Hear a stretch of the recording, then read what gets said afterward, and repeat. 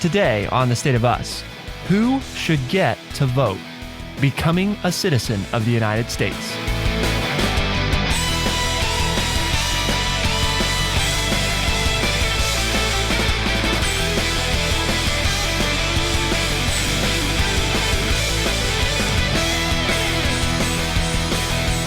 Welcome to The State of Us. I am your host, Justin T. Weller, joined, of course, today by the one and only friendly redneck liberal and senior resident historian at True Chat, Mr. Lance L. Jackson. We've got an interesting one for you today, and it all stemmed from an op-ed that we ran across, a guest essay in the New York Times that is entitled, "There is no good reason you should have to be a citizen to vote."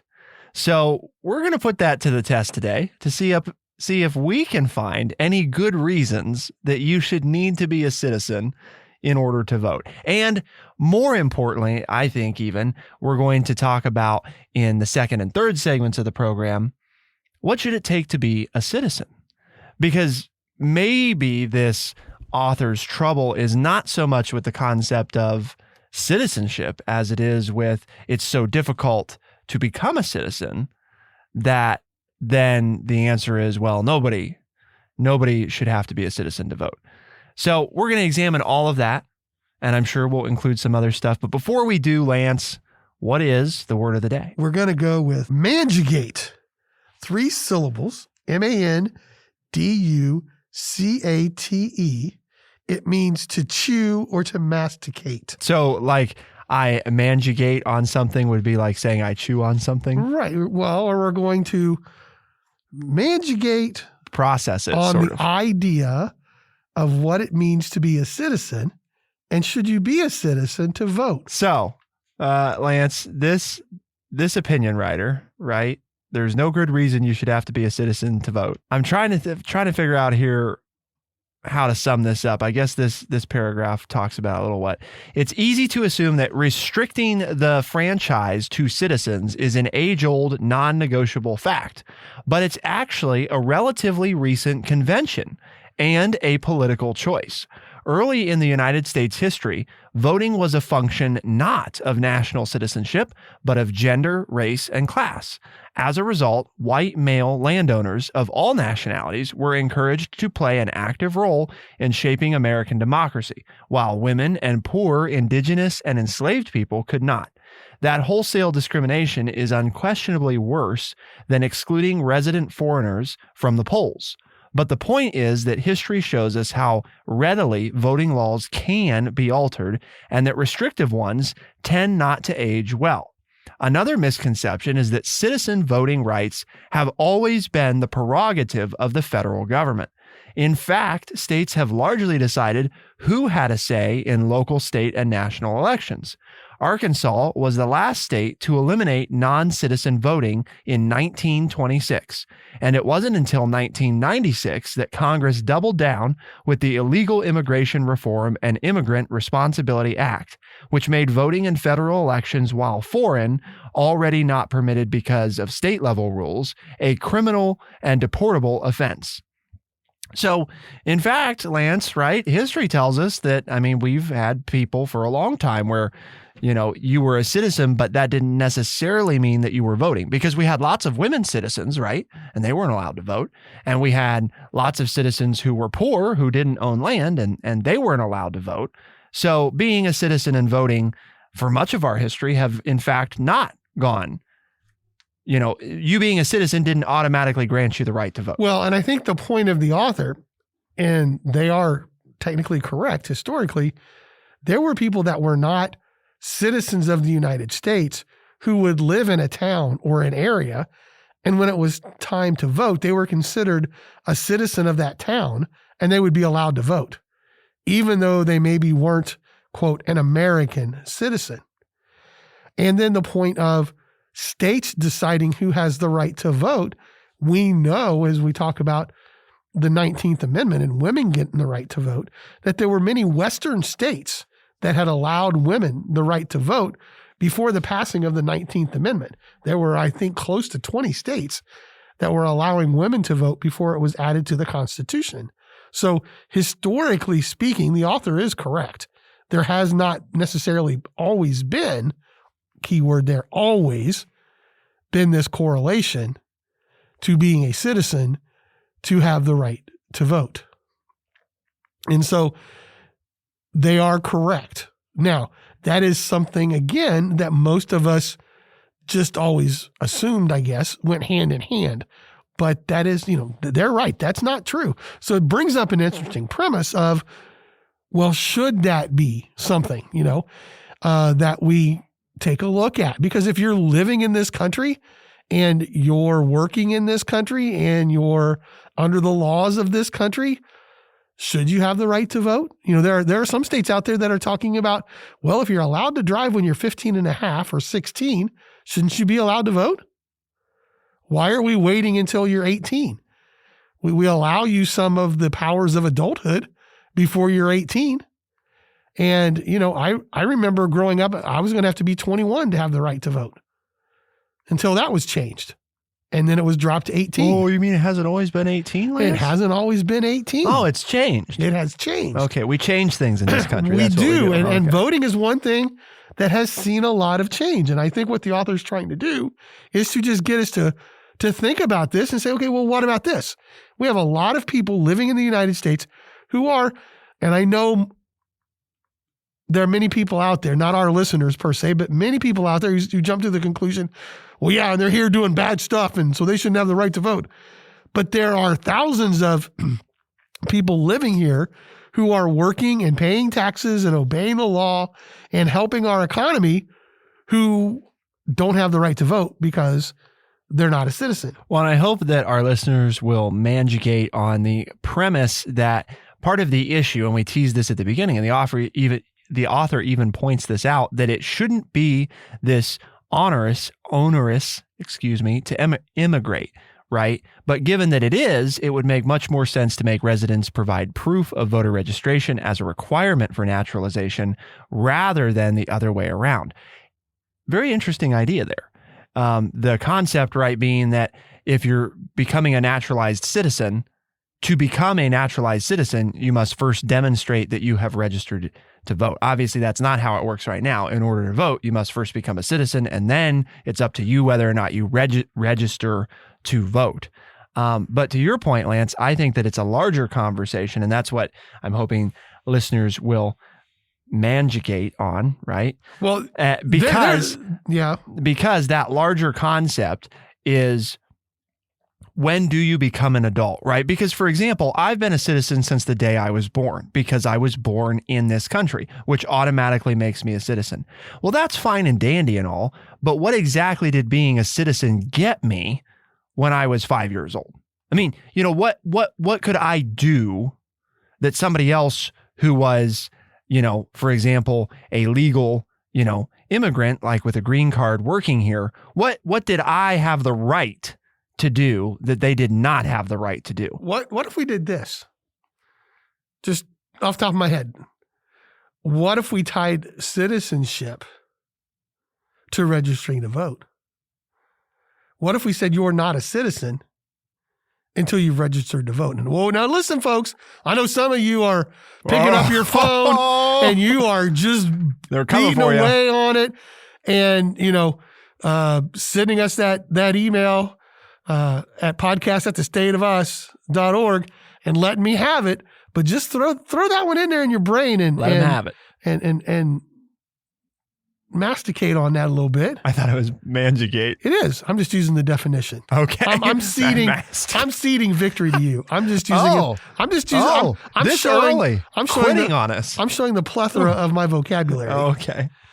And so dropping out early. Just go ahead and think about that. And should you be a citizen, to Justin's point, when you're born in this country or on a military base, that is recognized as being U.S. soil, or should you become a citizen once you register to vote? You know how Justin and I feel about the right to vote and how we don't do it enough. And if we want things to run the way we all would like to see them, then we need to get more people voting, not less people voting. So should we tie citizenship to voting in the reverse? 2020, Lance, was considered a high turnout election. Only about 65%, though, of eligible voters cast ballots. No, wait a minute. And there's the misnomer. 65% of eligible voters. You're only eligible if you're registered? And to register, you have to be a citizen. That's at least 18 years old. So all the citizens that are under the age of 18 and all non-citizens, none of them are, and if you were, incarcerated, then you may not be eligible to vote either. So, there's a lot of caveats, right, to that. However, you look at a place like Germany, Germany's turnout for the last general election was 76%. And so, we've talked about that before. Turnout in other democracies across the world, generally speaking, is higher than our turnout. And I think we have to continually ask ourselves why, and that's part of what we're doing today. So, manjigate on that over the break, and we'll see what we come up with. Because we talked about mandatory national service recently. Got an interesting idea there for us when we're talking about voting and citizenship. To find out what it is, keep it here on The State of Us, and we'll be right back.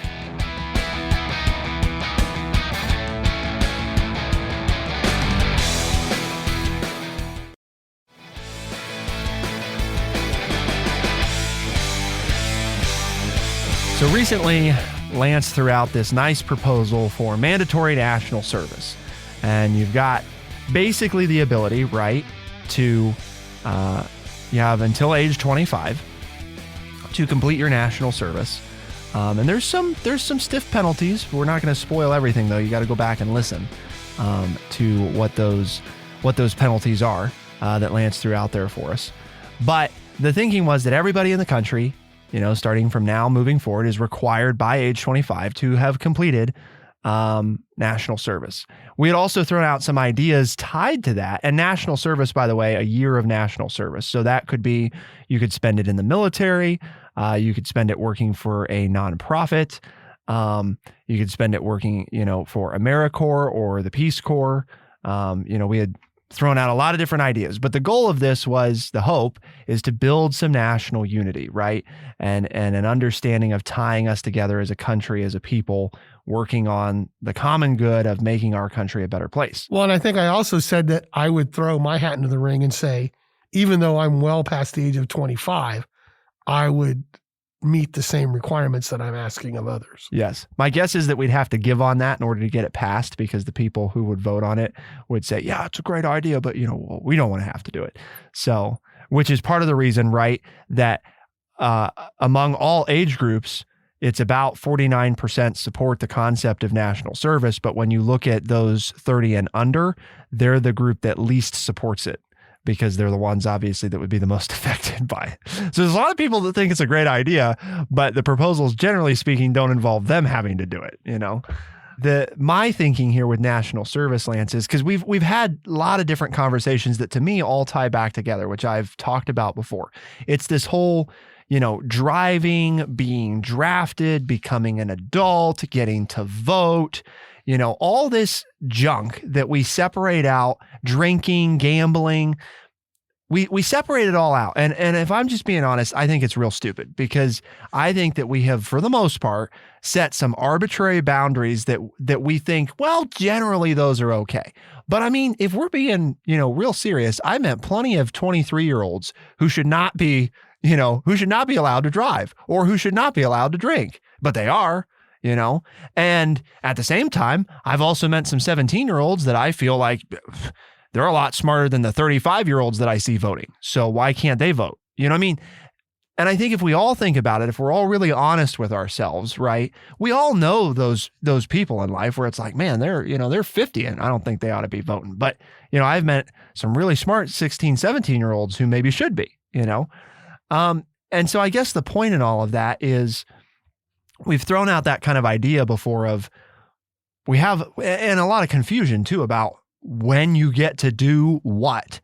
And my proposition would be, we set a, age, a minimum age, whatever that is, and you have, for example, your maximum age, but with your citizenship, nobody's automatically a citizen. And to become a citizen, part of the requirement is you don't become a citizen until you complete your national service. You have to, I mean, we already said that we were going to do that anyway. And this was before our conversation about citizenship. Lance and I reached a point where we're like, yes, let's do this, right?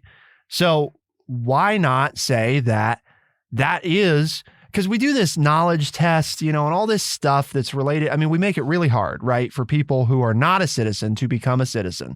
And we've talked about many times before that when you poll the average American, which has happened many times over the past 20 or 30 years, that it's something like 80% of average of Americans cannot pass the citizenship test. Who are citizens? Who are right now citizens because they were born in this country. Right, they were born. I think that number's a little high, but there are questions. I remember the article that I had in the back of my room that I would share with students annually, and it was 10 questions from the citizenship test, and it had the number of Americans who had been asked and the percentage that got them correct, and it was a high number. Now, there were some questions where 80% of American citizens got it right, but there were questions where that only 25% of American citizens got the answer correct. And so, and it's basic fundamental government ideas. And it is kind of strange that someone who wants to become a citizen of our country has to pass the test. But if you were born here, you don't have to know anything about our government and you automatically get to be a citizen. I do have a problem with that. It's like, really? You don't have a basic understanding of how your government works, yet you're going to be allowed to register and vote? And somebody who maybe has studied our system of government and knows all about it, but because they've come from another country, they're not allowed to vote. And I can think of some reasons that you might argue, against that, but just think about that for a second. That's really, you don't know how, it's like so many people are telling me, well, Biden's going to get us in a war and Biden's going to do this. And I was like, wait a minute. Congress has to declare war. They're like, no, that's the president. I'm like, no, read the Constitution. Now, War Powers Act, the president can send troops in for 30 days and then he has to, before he can go to Congress. And yeah, I know how the game is played. But people are honestly saying, well, that's the president's job. No, it's not, okay? If you read our system of government and you read our Constitution and our rules, that's Congress's job, not the president. Basic fundamental way that our country operates. And I've had people arguing with me for the last 2 or 3 weeks about it. So I just to build on that, Lance, I was able to pull up some quick information. Most recently in 2018, the Woodrow Wilson National Fellowship Foundation did a report and found that about 2/3 of Americans would not pass the test required to become a United States citizen. The test's passing score, and here to me is the kicker, is a 60%. So 2/3 of Americans can't get a 60% or better on our current citizenship test. And when I was a school teacher, 60% was a D-. Right. That was the lowest grade you could get without being a failure. So that's like scraping. We can't even scrape in at the bottom. And just to iterate how bad it is, 72% of Americans were unsure of or incorrectly identified the original 13 states, and only 24% were able to identify correctly one thing that Ben Franklin was famous for. About 1/4, 24%, knew why the colonists fought the British. So in other words, 3/4 of Americans couldn't tell you why we fought the Revolutionary War. And while most knew the cause of the Cold War, 2% believed it was about climate change. The Woodrow Wilson Foundation president said that the findings were embarrassing and that being informed is important, especially with elections. Quote, with voters heading to the polls, an informed and engaged citizenry is essential. Unfortunately, this study found the average American to be woefully uninformed regarding America's history and incapable of passing the U.S. citizenship test. Sad. So Lance and I proposed a number of remedies to this. One of them, I think, a huge thing is national service. You might say, well, what does that have to do with this? Well, we've talked before about getting out in the country, meeting other people. That's a big part of giving you a stake in your country. The other thing is we've also talked about requiring American civics to be taught in public schools across the country. And I would go so far as to say that if you're going to secondary education, that we maybe even should mandate a semester of civics as well. Because I think it's that important, right? We mandate a lot of other things, and some of those things I would argue, not that they're not important, but that they're definitely less important than some of these things that, again, highly embarrassing. You're telling me that 75% of Americans cannot tell you why the Americans fought the British. It's like, oh boy, you know. And I'm a citizen. But I'm a citizen. But I'm a citizen. I'm a citizen. I don't know the history of my country, but it's my country, by God. That's right.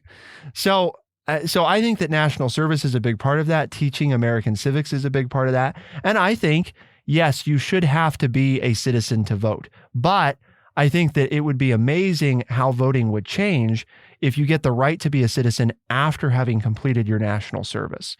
And to me, that completing that national service and having that civics required, passing maybe even your civics class is a requirement for, there you go. Pass your American civics class. If you didn't pass it in high school, then find one that's available locally. Pass that class, complete your year of national service, and I'm good with you being a citizen. Pass the same citizenship test. Get your 60% score on the citizenship test that we give people who want to become a citizen. Why not just give that to everybody and say you have to pass that in order to become a citizen? Oh, because I have the right because I was born here, Lance. I got the right, baby. But then we get upset when people cross our borders and have a child here so that they have the right. I mean, those are the rules, right? Right. Those are the rules. So why do we get upset that other people do that, but then we think we're entitled just because we were born here? Well, my parents were citizens and I was born here. And see, that's right. But what did they do to become citizens? Well, they were born here. And at some point, somebody's parents came here from another country and we allowed them in. And wait a minute, but the people who actually lived here their entire lives weren't given the rights of citizenship until 1924. That would be the Native Americans, the Indians. Even though they lived here longer than all of us. Even though they've lived here longer than anybody else, they were not given citizenship by Congress until 1924. Sure. And much like some other second-class citizens that we have, right? I would contend that their citizenship is tenuous at best because, as we've expressed before, the United States government still exerts a wide range of influence over them that they don't have the ability to do anything about. And another lesser example of that, I would say, is, Washington, D.C., for example. Well, they're American citizens, but they don't have voting representation. But they're not represented in Congress. Same thing with Puerto Rico. Right? And our other outlying territories. These are all places where we say they're U.S. citizens and they can vote in presidential primaries, but they don't have the same representation that they have like, I forget the technical term, but they have somebody in Congress who can't vote. And it's like a technicality, right? A technicality, because as we all know, I mean, if Lance was invited into Congress and didn't have a vote, why would anybody listen to him? Yeah, there's the old fuddy-duddy sitting in the back. He's got something to say. Whatever. Let him say it. Everybody gets up and walks out when it's time to speak. So yeah, they got a voice that nobody has to listen to. And hopefully you end up with a more informed electorate anyway. It means something, when you become a citizen instead of just being entitled to it. You're not entitled to citizenship, but when you earn citizenship, because the other thing is, Lance, when you talk to these people that have passed the citizenship test, those are some of the people, as we know, that have the highest rates of voter turnout and are very proud to be here and to have passed that test and to have made that progress. Oh, wait a minute. So when you work for something, you value it more than if it's just given to you? Interesting. Wow.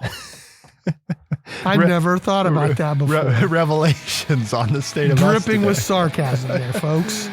You mean when you work hard for something, it means more to you than if somebody just gives you something. What a concept. What a concept. Well, we've got a little bit more to talk about. We've decided on all this, but what does it mean? What are the age limits? Let's get a little more specific. We'll keep talking about it. Keep it here on The State of Us, and we'll be right back.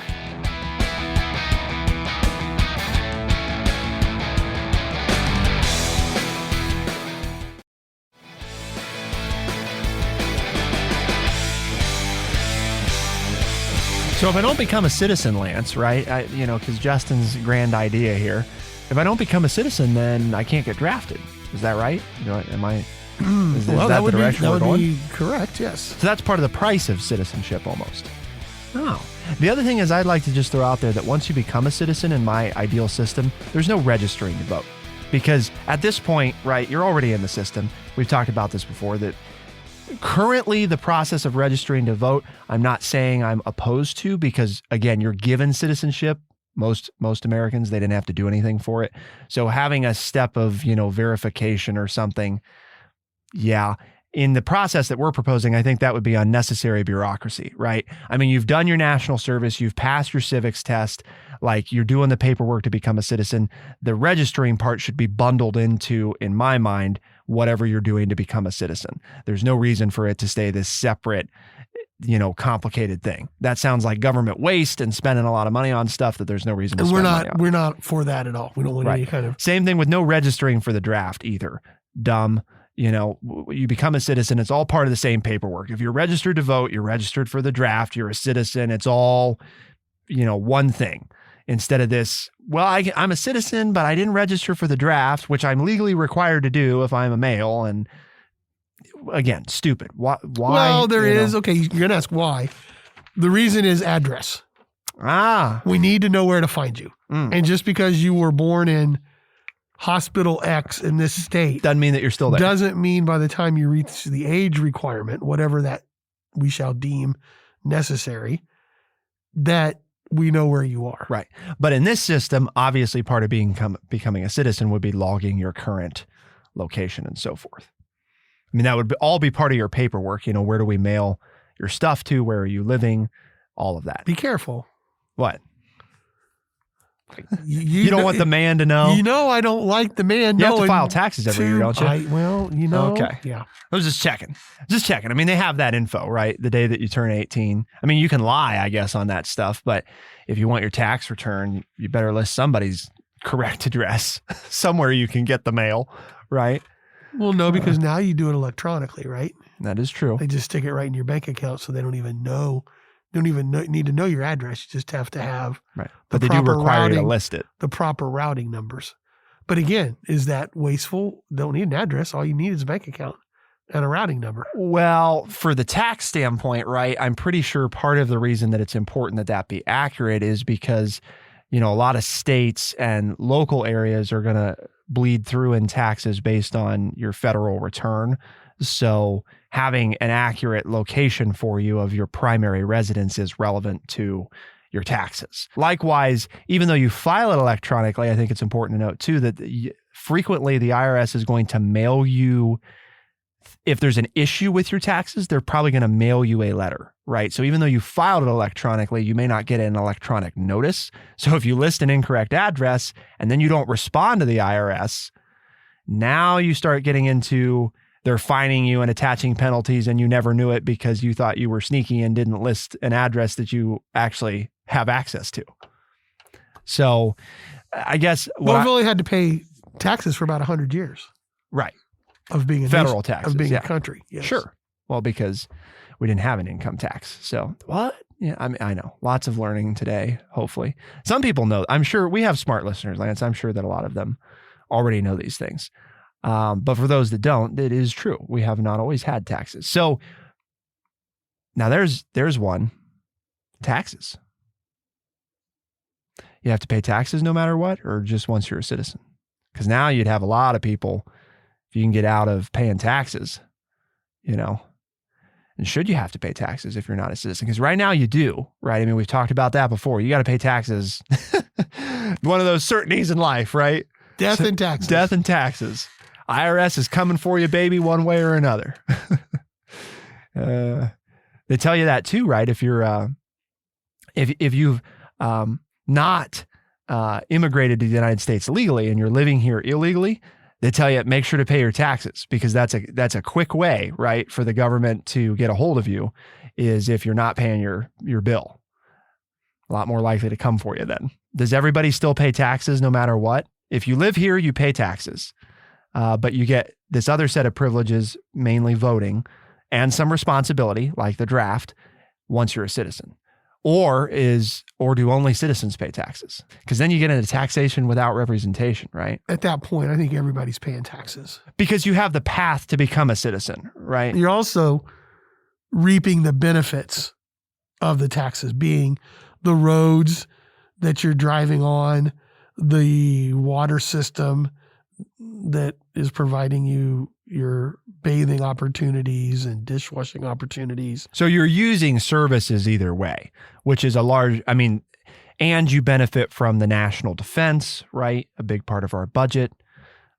You're probably still going to, even if you're not a citizen, right? Here's another thing we didn't talk about: Social Security, Medicare, Medicaid.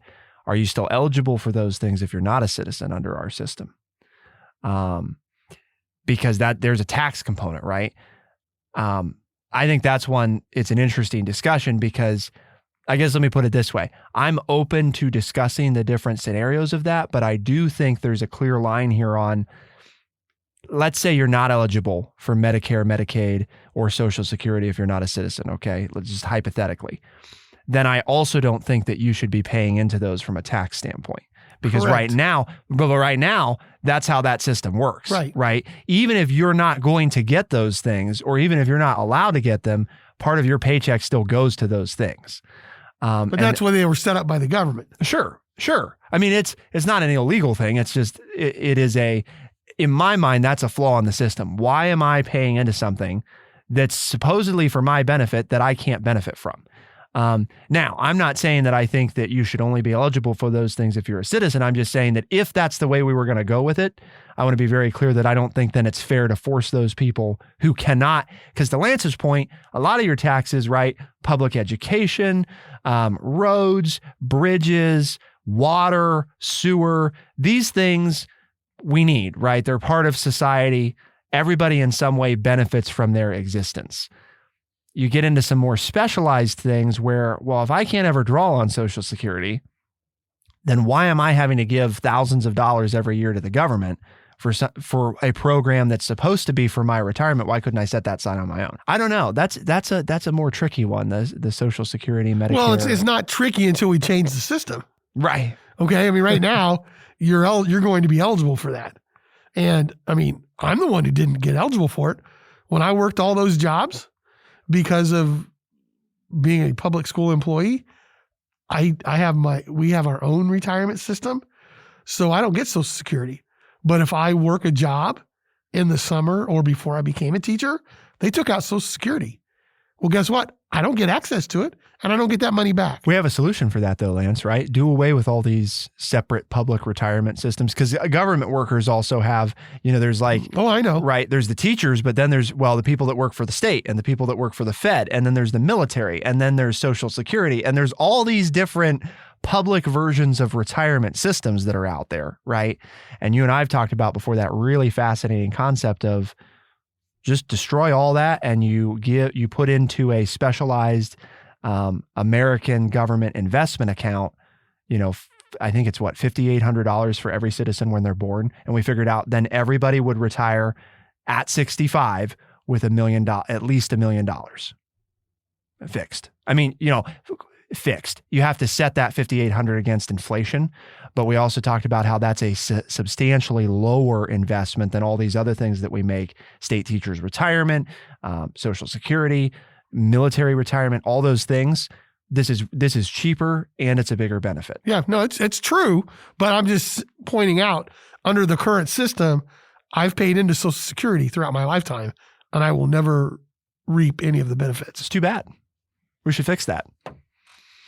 Tell us what you think, folks. Podcast at thestateofus.org. I think we've thrown a lot of things out there today, but I feel like Lance and I got 75% of the way to a really good new pathway for citizenship that also comes with driving informed voting and higher voter participation, and is more equitable, I think, to everyone, because everyone has to meet those standards.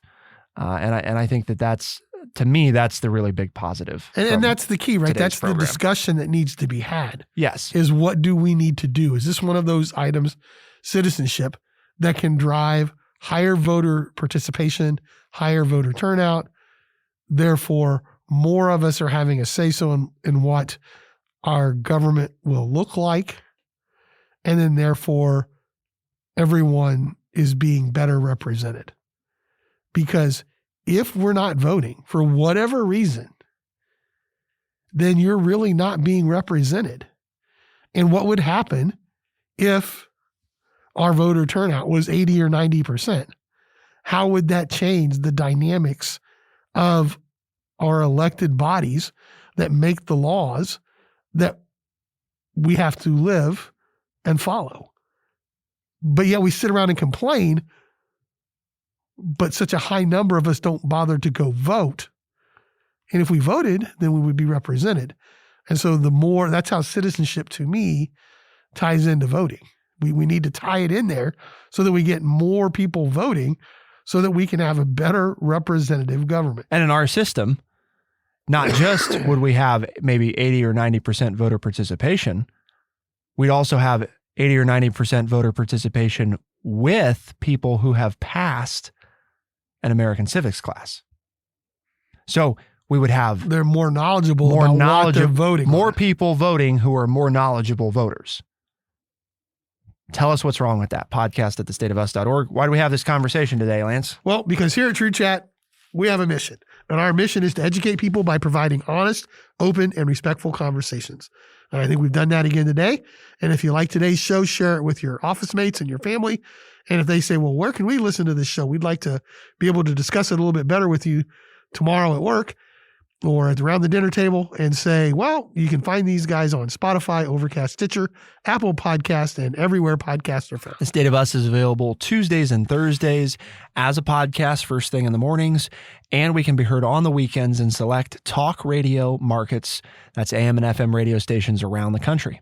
For the State of Us on True Chat in Urbana, Ohio, Justin seizes the victory today on Manjigate.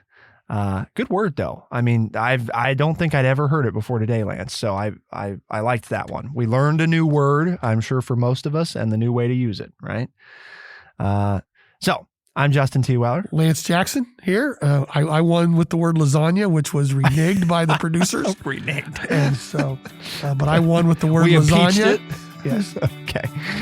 Thank you to producer extraordinaire and impeacher in chief, Bradley Butch. And thank you, our audience, the ultimate judges, for tuning in. We'll see you next time. Be the change.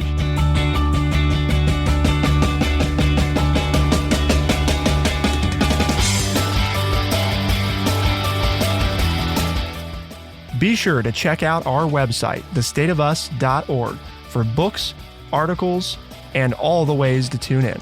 thestateofus.org.